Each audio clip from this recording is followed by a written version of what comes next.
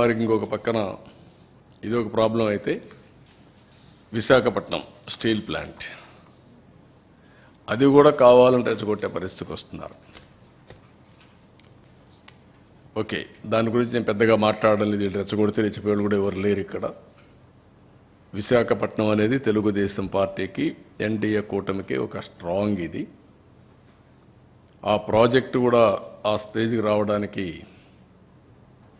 వీళ్ళు కారణం. ఎప్పుడు కూడా ప్రాజెక్టు మీద శ్రద్ధ పెట్టిన దాఖలాలు లేవు.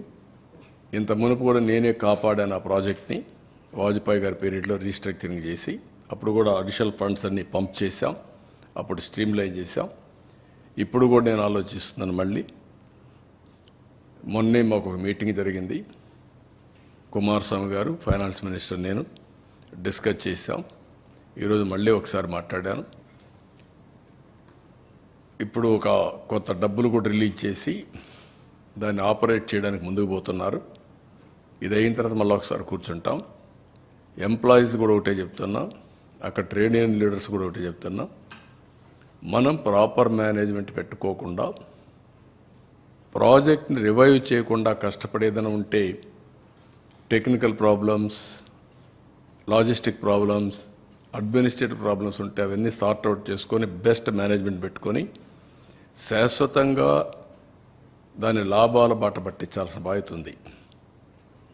ప్రైవేట్ స్టీల్ ప్లాంట్స్ అన్నీ బాగుండి one of the best steel plant ఆ పరిస్థితి రావడానికి కారణం అక్కడుండే మేనేజ్మెంట్ ఆలోచించుకోవాలి, అక్కడుండే స్టాఫ్ ఆలోచించుకోవాలి, అందరం ఆలోచించుకోవాలి. నేను కూడా దాని మీద శ్రద్ధ పెడతా. విషయం కూడా అక్కడుండే పెద్దలు ఎవరైతే మాట్లాడుతున్నారో అలాంటి వాళ్ళందరూ గుర్తుపెట్టుకోవాలి. దాన్ని స్ట్రీమ్లైన్ చేస్తాం. టోటల్గా స్ట్రీమ్లైన్ చేసి ఎట్టి పరిస్థితుల్లో ప్రైవేటైజ్ చేయకుండా మనం కాపాడుకోవడానికి సర్వ విధాల ప్రయత్నం చేస్తాం.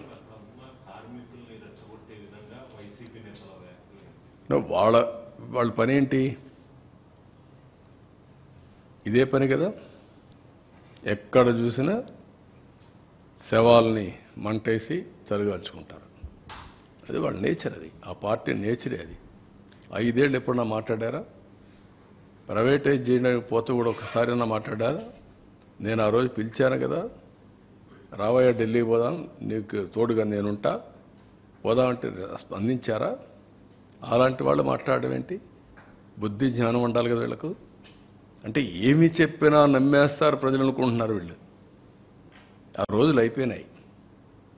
వ్యక్తిత్వం, విశ్వసనీయత లేని వ్యక్తులు ఏం చెప్పినా నమ్మరు.